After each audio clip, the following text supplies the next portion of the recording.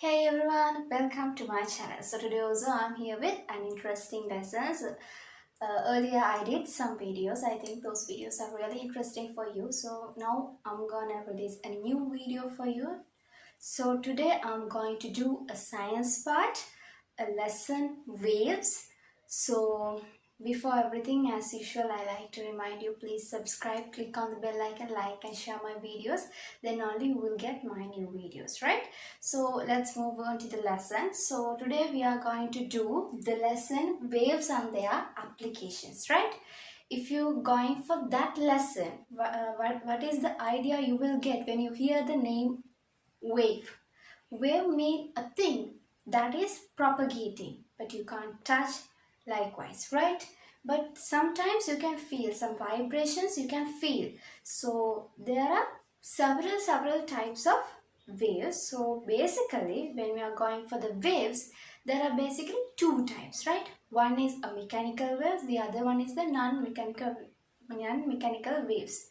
So for non-mechanical waves, usually we are saying electromagnetic waves. That means those waves consist of an electric field as well as a magnetic field. So those waves are electromagnetic waves or non-mechanical waves. If we're going for the mechanical waves, we are normally sound waves, right? Those waves need a medium to travel. That means it's a compulsory to have a medium to travel. That means for the empty spaces, they need particles to travel. Those waves are propagating from one particle to another particle. So if you're going for the mechanical waves, they should contain particles for the propagation of the waves. So that's why sound waves are example for that thing. So if you're going for mechanical waves, they need a medium for the propagation are known as mechanical waves, right? So example is the sound waves, and as well as the waves that will origin in the guitar strings, violin strings. Those are also going for the category of mechanical waves, right? Non-mechanical waves mean waves that do not need a medium to travel. That means if those waves contains a medium, it's very difficult to travel. So if we, as an example, light also a wave, right?